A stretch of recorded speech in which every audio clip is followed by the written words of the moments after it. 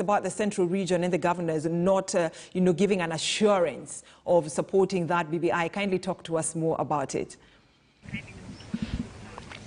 Well, thank you very much, Brenda.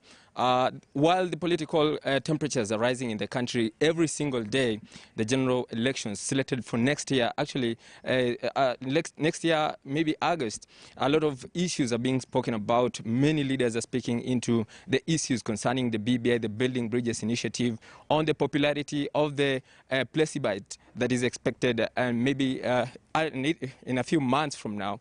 And other issues, of course, speaking about the Luhya unity. There are two by-elections slated in that western region, and that is Matungu constituency and another constituency that is expected to bring a lot of political bigwigs in the area. We've seen the deputy president making inroads into that region. We've also seen other leaders, the Ford Kenya party, making that sure that they are also having some of their contestants lining up for that post. And we are speaking to a veteran politician, a seasoned politician, and a former minister in the cabinet of the former president Mwai Kibaki, Musikari Kombo, and he's going to just delve into that issue. Thank you very much, sir, for your time.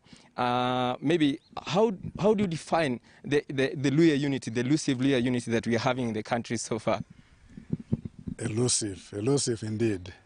In our traditional society, we used to build forts, and people used to live in forts.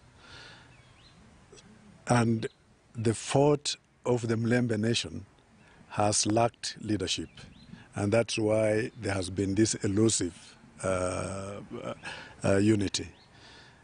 I think time has come now when all the Luhyas should come together and say to themselves, let us have one person as the owner of our fort, of the Mlembe fort.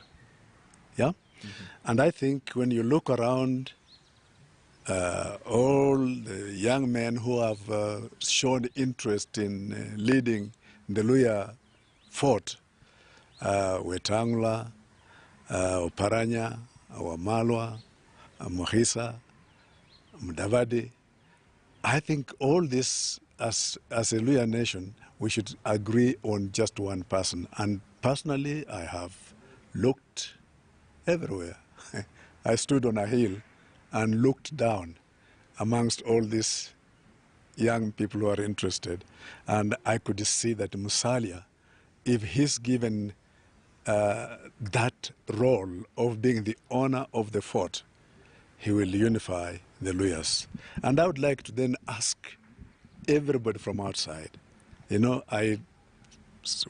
where I sit, I see Raila saying, I can go to the Luhya nation directly. I don't need anybody to be with me.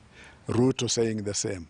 I would like to say to them, if you want to speak to the Luhya, the Mlembe fort, they should speak through Musalia Mudavadi. Okay, thank you very much, Mheshimiwa. And maybe we're having these two by-elections in Kabuchai and Matungu. Do you think, from where you said you're standing on a hill looking forward, do you think, which direction do you think the vote should go?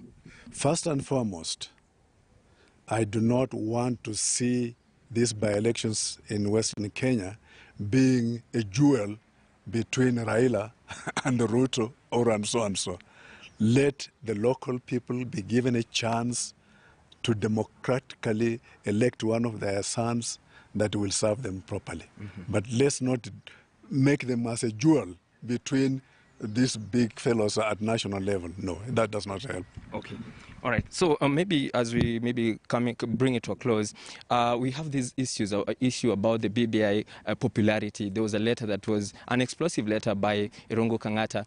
What do you make of the letter, and do you think the BBI is as popular in the country? I think BBI, which was a child of the handshake, in itself, first of all, the handshake was good that it brought peace to the country. But thereafter, what has been going on is not just right. For example, when you talk about BBI and saying we want to unify Kenyans, and at the same time you are saying we are going this route, upende, uspende. That kind of language does not unify Kenyans. we have the pandemic, we have the doctor's crisis. There are too many issues that we should be worrying about at this point in time. And the proponents of BBI should be able to, should try and listen and listen to all voices, then bring them together so that when we move, we all move together. Don't say, if you don't want, to hell with you. Ukitaka mahutaki, doesn't matter with you. That is not unifying Kenyans at all. I see a lot of delegations of people from Mount Kenya going to Bondo. And I ask myself, is unifying Kenya means unifying the Kikuyu and the Luo, or is it unifying the 44 tribes of Kenya? Okay. And that is where we should be looking at, that bring all voices on board. Okay. And maybe lastly, there are good things in the BBI document, some may say.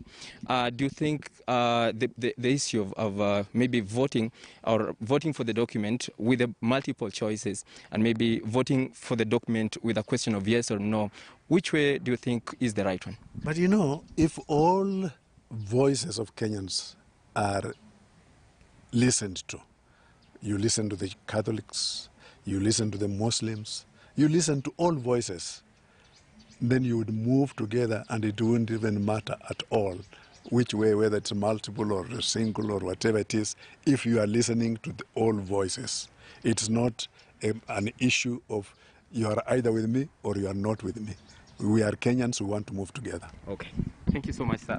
Thank you. Well, Brenda, that has been Musikari Kombo, a very seasoned politician in the country, just delving into the issues, the political issues in the country concerning the referendum, the BBI question that is expected to make a lot of issues, make a lot of temperatures rise in the country.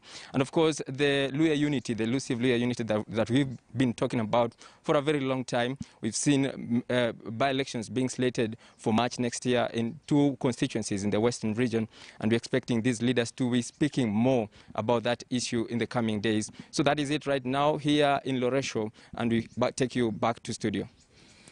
Thank you so much, Emmanuel, too, for that interview with Musikari Kombo, a former member of parliament and also former cabinet minister. Now, we go back to Friends Church along Ngong Road, where the memorial service for the late